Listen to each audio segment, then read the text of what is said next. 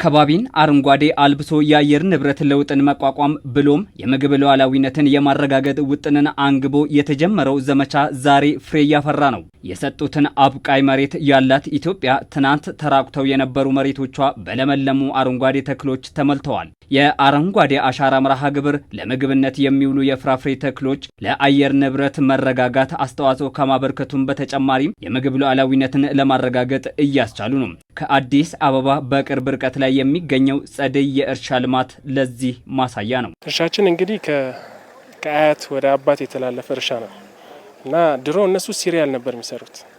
ሲሪያል ስለ ያው ስንዴ፣ ጤፍ፣ ገብስ ምናምን ነው።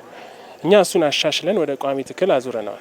አፕል አለን፣ ሎሚ አለን፣ ሮማን አለን፣ ኮኮች አሉን እና ኦሬንጅም አለ። ኢትዮጵያ የአረንጓዴ አሻራ መርሃ ግብርን ተግባራዊ ማድረግ ከጀመረችበት ጊዜ ጀምሮ ከ48 ቢሊዮን በላይ የሚሆኑ ችግኞችን መትከሏ የሚታወቅ ነው። ከነዚህ ውስጥ ደግሞ ወደ 40 በመቶ የሚሆነው ደግሞ ለምግብነት የሚውሉ እንዲሆን ተደርጎ ይህ መርሃ ግብር ተግባራዊ ሲደረግ ነው የነበረው።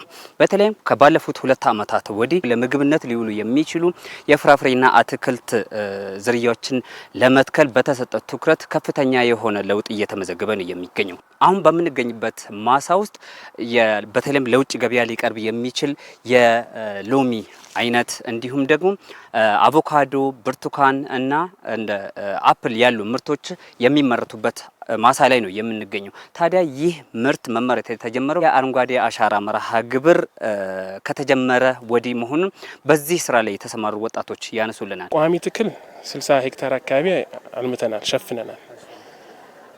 ሌላ ስራዎችም እንሰራለን።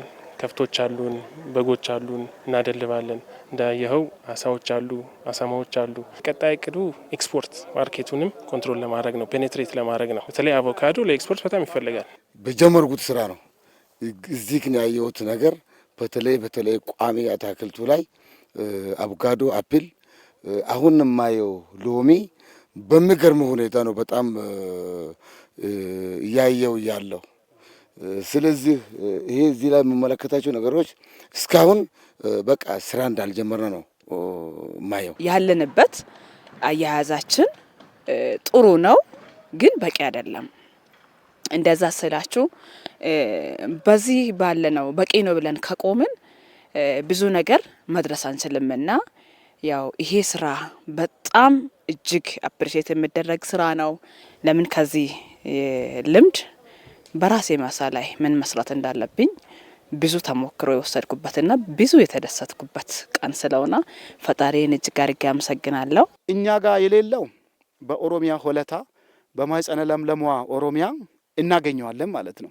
እዚህ የሌለውን ነገር ደግሞ በማዕከላዊ ኢትዮጵያ አንዱም ይሄ የ30-40-30 የአትክልትና ፍራፍሬ አብዮት አሁን ይዘው በኢትዮጵያ በሁሉም ክልሎች እንዲዳረስ በአፍሪካ እንዲዳረስ እየሰሩ ካሉ ራዕይና ዓላማ አንዱ ይሄ ነው። የፍራፍሬ ልማቱን እንደ አገር ለማስፋፋት የምግብ ሉዓላዊነትን ለማረጋገጥና አለፍ ሲልም ተኪ ምርት እንዲሆን በማድረግ የውጭ ምንዛሬ ማግኛ እንዲሆን ለማስቻል በልዩ ትኩረት እየተሰራ ይገኛል።